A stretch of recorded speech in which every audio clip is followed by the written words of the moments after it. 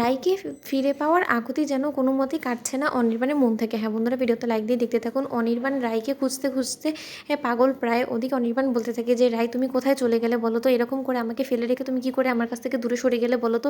আমি মানছি তোমার আমার উপরে যথেষ্ট পরিমাণ অভিমান হয়েছে, আর অভিমান হওয়াটাও স্বাভাবিক, কারণ আমি তোমাকে মিছিমিছি সন্দেহ করেছি শুধুমাত্র একটা মিথ্যে ভুয়া বানোয়াট কয়েকটা ছবির উপরে আমি অন্ধের মতন বিশ্বাস করে তোমার সাথে যে অন্যায় অবিচারটা করেছি তার জন্য আমার শাস্তি পাওয়াটাই স্বাভাবিক, কিন্তু সেই শাস্তিটা তোমাকে আমাকে দিতে হবে, নয়তো বা কী করে চলবে বলো রাই। তুমি প্লিজ একবার আমার কাছে ধরা দাও রাই। আমি চাই না যে এরকম করে আমাদের ভালোবাসার ঘরটা ভেঙে যাক রাই। আমাকে আরেকটা সুযোগ দাও। আমি মানছি আমি অনেক বড় ভুল করে ফেলেছি, কিন্তু তাই বলে যে কোনো ভুলের কোনো রকম কোনো ক্ষমা হয় না, সেটা কী করে হয় বলো তো। তুমি এত তাড়াতাড়ি আমার কাছ থেকে দূরে সরে গেলে হবে না।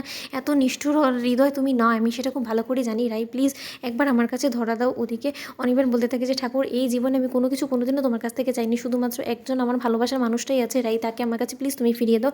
তোমার কাছে এই প্রার্থনাটুকুই আমি করছি ঠাকুর। ওদিকে রাই অঝরে কাঁদতে থাকে রাস্তার ধারে বসে, আর বলতে থাকে যে ঠাকুর এই দিনটা দেখার জন্য কি তুমি আমাকে এতদিন অবধি বাঁচিয়ে রেখেছো বলো তো ঠাকুর। কী এমন আমি পাপ করে ফেলেছিলাম যার ফলে কিনা যে আমার এই একটা মাত্র জীবনে এতটা কষ্ট।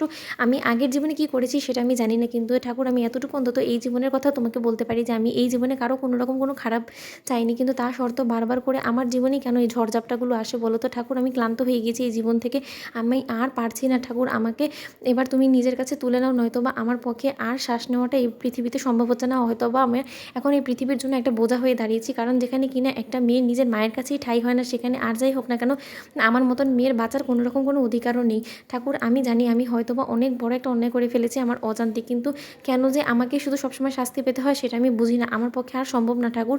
ওদিকে রাই বলতে থাকে যে আমাকে যে মিথ্যে অপবাদটা দিয়েছে সেটা আমি মাথা পেতে নিয়েছি, কিন্তু আর যাই হোক না কেন নিঃসন্দেহে ঠাকুর তুমি তো অন্তত জানো এতটুকু যে আমি এই জঘন্য কাজটা করিনি, কিন্তু তার সত্ত্বেও আমাকে শৌর্যের সাথে জড়িয়ে দিয়েছে, সেটাও আমি মেনে নিয়েছি। কিন্তু ঠাকুর অনির্বাণের আমার প্রতি এতটা রাগ খুব কিসের বলো তো ঠাকুর। তুমি আমাকে প্লিজ এই জিনিসটার একটা সমাধান করে দাও ঠাকুর, আমি আর পারছি না। তখন একথা বলতে না বলতে অনির্বাণ লক্ষ্য করে যে রাস্তার ধারে কেউ একজন বসে আছে। ওদিকে অনির্বাণ কাছে যাওয়া মাত্রই রাইকে দেখে বলতে থাকে যে রাই।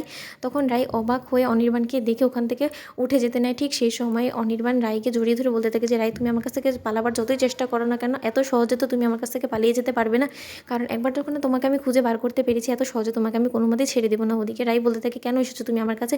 ও আচ্ছা, ওই ডিভোর্স পেপারসটা সাইন হয়েছে কিনা সেটা জানার জন্য। তাহলে বরঞ্চ আমি তোমাকে একটা সুখবর দিয়ে দিই যে তুমি আর ডিভোর্স পেপারসটা আমি অলরেডি সাইন করে দিয়েছি। ওদিকে ডিভোর্স পেপারসটা অনির্বাণের হাতে দেওয়া মাত্র অনির্বাণ ছিঁড়ে ফেলে দিয়ে বলতে থাকে যে না, এই ডিভোর্সটা কোনো মতে আমি মানবো না, কারণ আমি তোমার কাছ থেকে দূরে সরে যাওয়ার কথা কোনোদিনও কল্পনাও করতে পারিনি। আমি যে পাপটা করেছি সেটার জন্য আমি তোমার কাছে প্রায়শ্চিত্ত করতে চাই, তার জন্য তুমি আমাকে যে শাস্তি ইচ্ছে সেটা দিতে পারো, আমি মাথা পেতে নিব, কারণ আমি অন্যায় করেছি আমি সেটা স্বীকারও করছি। তো বন্ধুরা, ভিডিওটি ভালো লেগে থাকলে লাইক কমেন্ট শেয়ার করে সাবস্ক্রাইব করতে ভুলো না।